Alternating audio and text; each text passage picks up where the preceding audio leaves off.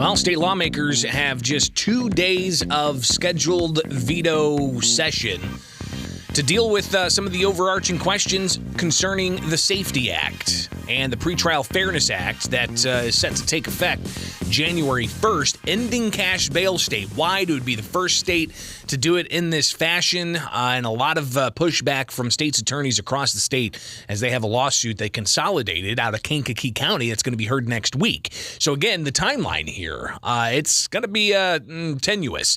Springfield's Morning News, I'm Greg Bishop on 92.7 WMAY, Springfield's News and Talk, and I'd love to hear from you at 217-629-7970. What do you think needs to happen here? Should they just scrap the whole thing, or should they do only minor changes? A lot of different ideas, but of course, Democrats have the supermajority, and they'll be able to do whatever they want to do.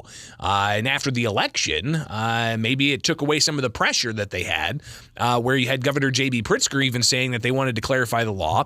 But now they softened that a bit. Democrats saying that they're only going to bring about technical changes and they're not going to do any kind of gutting. But Republicans and some states' attorneys, they were actually looking to completely throw this thing out and start over. Now, there's a whole bunch of reasons why. Of course, you've got the Pretrial Fairness Act provision of it, which takes effect January 1st. And what this does is it essentially says that certain crimes, people can't be held behind jail bars pending trial. Because as it is now, if you get arrested for a certain crime, certain level of crime, and you go in front of a judge, and the judge says, well, you have to post bail of a certain amount. That's in a way to ensure that the suspect, innocent until proven guilty, actually shows up to their court date. So if you get out on bail and you post $5,000 or whatever it is, you got $5,000 in the mix here. You got skin in the game. You got to show up to your court date. But sometimes people don't have that money, and that's why supporters say that the no cash bail provision that takes effect January 1st is good, because they say people are innocent until proven guilty. They shouldn't have to pay for their freedom. But prosecutors pushing back, saying that this is going to be a really, really tough situation where they may see recidivism increase, and they may see a whole host of other things increase. But there's something else about the Safety Act, not just about whether somebody can be held pending trial if they can't post bail, but there's another element of the Safety Act pretrial fairness provision that deals with warrants. Now, guilty pleasure, I remember watching Cops when I was a kid back in the 90s, and there's new episodes, and you can find those in places, but it seems that there's a constant theme of people who flee police and leads to dangerous high-speed chases on highways or residential areas. Every time police catch up with the person, it seems like they always catch up with the person, they ask, why did you run? And then the person looks over, and they know they have a warrant because they say, I have a warrant. So that's one of the reasons why people flee from police.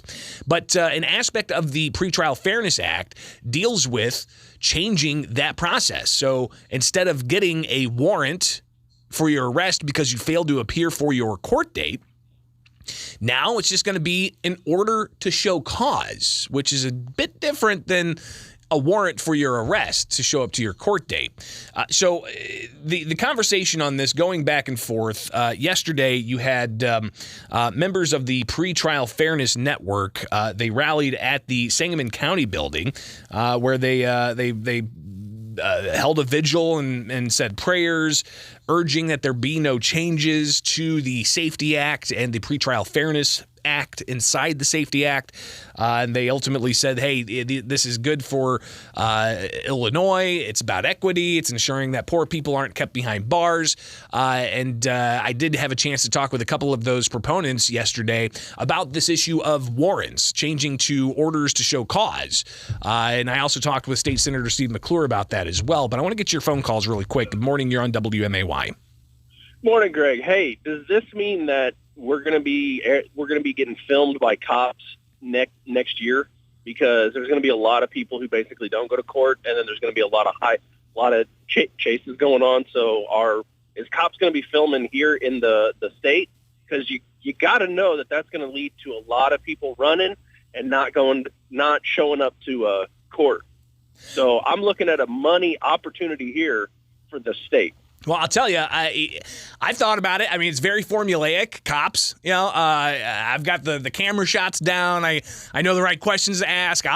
Hey, if you want to help me out, maybe we can do some ride-alongs and see what happens. But absolutely, man. I mean, we know some people, Yeah, I mean, absolutely. And listen, I think that's a real concern you raise, that this is going to increase the number of people who fail to show for court. And that's going to lead to an increased number of police that are having to deal with these types of things. I appreciate the call. Let's take another one really quick here with Springfield's Morning News.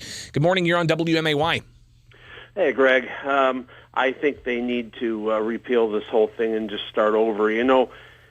Every time I hear discussions about this, if we're talking about the criminals and, they shouldn't be, you're innocent until proven guilty and you shouldn't have to pay for your freedom. Nobody talks about the victims of these crimes. And, we don't want people out necessarily that are going to be committing more crimes, intimidating potential witnesses, doing all kinds of stuff. And I think that, while I support the idea that you're innocent until proven guilty, of course, and that you should, if you're not a flight risk or whatever, that you should be out, there needs to be more thought given to the victims or potential victims of crime. When you can't go to the Loop in Chicago, which used to be pretty safe anymore, you can't go there without worrying about getting robbed or shot or whatever, it's bad. And there's a lot of concern across the states, not just in Chicago, but elsewhere. Great points brought up. I do want to share with you the back and forth between the proponents of the Safety Act and the pretrial fairness provision.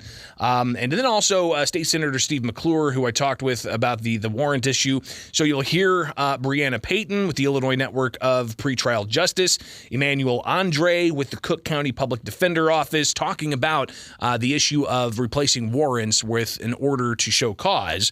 And then you'll also hear from State Senator Steve McClure, who pushes back on this issue. So here's back to back of these voices from the yesterday surrounding the Safety Act and the pretrial fairness provision. Under the Pretrial Fairness Act, there is a distinction between a failure to appear in court and evidence of willful flight.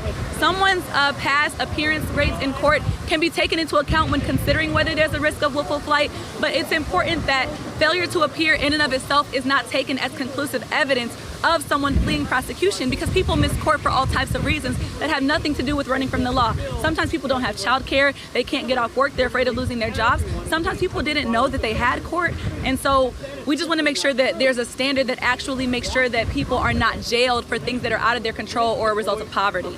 Yeah, it's a critical change. The idea of simply not showing up and that being part and assuming someone had an intent not to show up versus now having to show cause and having to explain what happened and not automatically having a warrant. We constantly see people being picked up on a warrant. Oftentimes they simply do not know. As a practicing attorney, what normally happens in those cases, judges give an actual order, an actual document that people have to walk around with after that warrant is what's called quashed and gotten rid of. So this would hopefully make things much, much easier, especially when it comes to intent. The way that it changes is now, if someone misses court, you then have to give them notice of another hearing to show up for, to explain why they missed court in the first place. People that go to trial that are before the court are charged with crimes. It's not that they're just plucking people off of the streets and just random people. Oh, gee, sorry, you missed court.